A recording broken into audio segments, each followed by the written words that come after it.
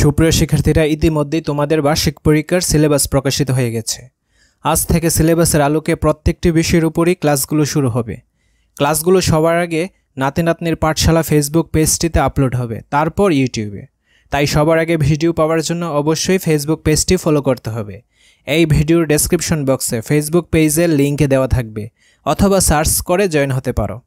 প্রত্যেকটি বিষয়ের ক্লাসগুলো প্লেলিস্ট আকারে সিরিয়ালে সাজানো থাকবে। অবশ্যই ভিডিওটি না টেনে দেখতে হবে, তা না হলে গুরুত্বপূর্ণ ইনস্ট্রাকশনগুলো মিস হতে পারে।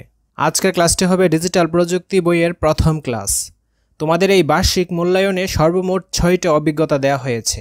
আমরা 6টা ক্লাসে 6টা অভিজ্ঞতা শেষ করব। তো চলো আমরা এখন ক্লাসটি শুরু করি। আজকের ক্লাসের বিষয়বস্তু শিখন অভিজ্ঞতা 4, তথ্য ঝুঁকি মোকাবেলায় মানববন্ধন। সেশন 4 এবং 5 শিক্ষার্থীরা নিজে নিজে বাড়িতে বসে করতে হবে। তাই এই দুইটি সেশনের কাজ পুরোটা বুঝিয়ে দিয়ে শিক্ষার্থীদেরকে বাড়ির কাজ হিসেবে দেওয়া যেতে পারে। আমি কিন্তু ইতিমধ্যেই শিখন অভিজ্ঞতা 4-এর উপর অনেকগুলো ক্লাস ইউটিউবে আপলোড করে ফেলেছি। তোমরা অবশ্যই সেশন 4 এবং সেশন 5 বের করে এই ক্লাসগুলো করে নিবে, ঠিক আছে? তো এখানে দেখো 2টা কাজ দেওয়া হয়েছে, ডিজিটাল মাধ্যমে ঝুঁকি ও সাধারণ মাধ্যমে ঝুঁকি, এবং ব্যক্তিগত গোপনীয়তা বিষয়ক ঝুঁকি এবং কিভাবে ব্যক্তিগত গোপনীয়তা লঙ্ঘন করা হয়েছে সেইটা। এই 2টা কাজ অবশ্যই স্যাররা তোমাদের হোমওয়ার্ক হিসেবে করার জন্য বলবে। চলো আমরা এর প্রসেসটা একটু বুঝে নেই। শিখন অভিজ্ঞতা 4, তথ্য ঝুঁকি মোকাবেলায় মানববন্ধন। সেশন 5, আগের সেশনগুলো থেকে প্রাপ্ত তথ্যগুলো শ্রেণীকরণ। তো আমরা যেই কাজটা করব এটি হচ্ছে সেশন 5-এর কাজ 1। ডিজিটাল মাধ্যমে ঝুঁকি ও সাধারণ মাধ্যমে ঝুঁকির তালিকা তৈরি করো। ডিজিটাল মাধ্যমে ঝুঁকি ও সাধারণ মাধ্যমে ঝুঁকির তালিকা তৈরি করা হলো। তার আগে আমি বলে রাখি, এই ছকটা হচ্ছে বইয়ের 51 পৃষ্ঠার একটা ছক। ডিজিটাল মাধ্যমে ঝুঁকি। এসএসসি পরীক্ষা সম্পর্কিত একটি ভুল খবর আমার অভিভাবকের ফোনে এলো। আমি তা যাচাই না করে আমার সব বন্ধু অভিভাবকের ফোনে পাঠিয়ে দিলাম। ডিজিটাল নয় বা সাধারণ মাধ্যমে ঝুঁকি। এসএসসি পরীক্ষা নিয়ে একটি ভুল খবর আমি বিদ্যালয়ে আসার পথে জানতে পারলাম। আমি যাচাই না করে বিদ্যালয়ে এসে আমার সব বন্ধুকে জানিয়ে দিলাম। তো এই ঘটনাটা মূলত ডিজিটাল মাধ্যমে কিন্তু হয় নাই। আমি মোবাইল ফোনে গেমস খেলতে গিয়ে একটি জায়গায় আমার অভিভাবকের ইমেল ঠিকানা দিয়ে দিলাম। আমার অভিভাবকের যেখানে লেখা আপনি একটি লটারি জিতেছেন, এই লিঙ্কে ক্লিক করে আপনার ব্যাংক অ্যাকাউন্ট নম্বর দিন। আমার অভিভাবক তার অ্যাকাউন্টের সব তথ্য দিয়ে দিলেন। তো এটি কিন্তু ডিজিটালিভাবে হয়ে থাকে। ফটোকপি দোকানে আমার জন্ম নিবন্ধন সনদ বা পাসপোর্টের ফটোকপি ফেলে এলাম, এটি কিন্তু ডিজিটাল মাধ্যমে হয় নাই। ইমেইলে ব্যক্তিগত তথ্য কিংবা সংযুক্তি যোগ করার পরে ভুল ঠিকানায় ইমেল পাঠিয়ে দিলেন, এটিও ডিজিটাল। বিনামূল্যের ওয়াইফাই ব্যবহারের সময় সাইবার অপরাধীর কাছে তথ্য পাচার হয়ে যেতে পারে, এটিও হবে কি ডিজিটাল।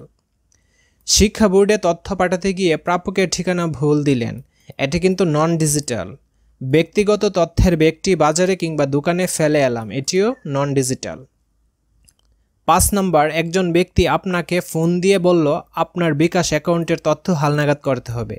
আপনি আপনার পিন নম্বরটি দেন। আপনি তথ্য যাচাই না করে তাকে পিন নম্বর দিয়ে দিলেন, এটি কিন্তু ডিজিটালিভাবে হয়ে থাকে। তো এটি হবে ডিজিটাল মাধ্যমের ঝুঁকি।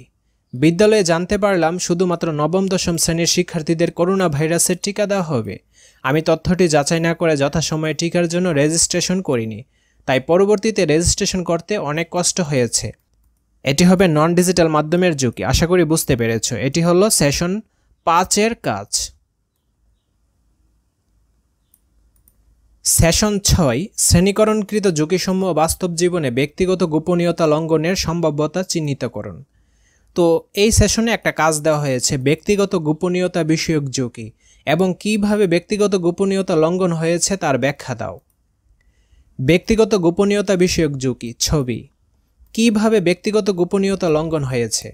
ফেসবুকে আপনার ছবি রয়েছে, কোনো একজন অসৎ ব্যক্তি ছবিটি নিল, এরপর ছবির আংশিক পরিবর্তন করে অন্য কিছু সংযুক্ত করে সেটি পুনরায় ফেসবুকে শেয়ার করলো।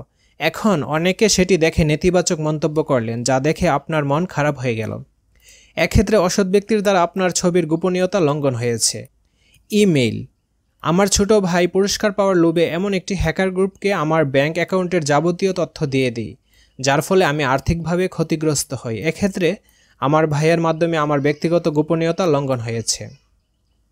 মোবাইল নম্বর, আমার মা একজন অপরিচিত ব্যক্তিকে আমার কথা বলার মোবাইল নম্বর দিয়ে দিই। কিছুদিন পর আমার মোবাইলে মেসেজ আসে, আপনার বিকাশ অ্যাকাউন্ট হালনাগাদ করতে হবে, এর জন্য আপনার পিন নম্বর ও এনআইডি লাগবে। তখন আমি না বুঝে সব কিছু দিয়ে দিলাম। কিছুক্ষণ পরে দেখি আমার বিকাশ অ্যাকাউন্টের সব টাকা উধাও হয়ে গেছে। এক্ষেত্রে আমার মোবাইল নম্বরে গোপনীয়তা লঙ্ঘন হয়েছে। ফেসবুকের পাসওয়ার্ড, আমার বাবা ফেসবুকের পাসওয়ার্ড ভুলে গেছেন, তাই তিনি একটি মোবাইলের দোকানে যেয়ে পাসওয়ার্ড পরিবর্তন করেন। পাসওয়ার্ডটি দোকানের একজন ব্যক্তি আমার বাবাকে প্রদান করেন। কিছুদিন পর ফেসবুক আইডিটি হ্যাক হয়ে যায়। এক্ষেত্রে দোকানের অসৎ ব্যক্তির মাধ্যমে পাসওয়ার্ডের গোপনীয়তা লঙ্ঘন হয়েছে। তো এই কাজটা কিন্তু তোমার বইয়ের 55 নম্বর পৃষ্ঠায় পেয়ে যাবা, ঠিক আছে? তোমরা যারা আমার ইউটিউব চ্যানেলটি সাবস্ক্রাইব করো নাই এবং ফেসবুক পেজটি ফলো করো নাই, তারা অবশ্যই ফেসবুক পেজটি ফলো করে দিও। আশা করি তোমরা বার্ষিক মূল্যায়নের শিখন অভিজ্ঞতা 4-এর কাজটা ভালো করেই বুঝতে পেরেছ। Thank you everyone.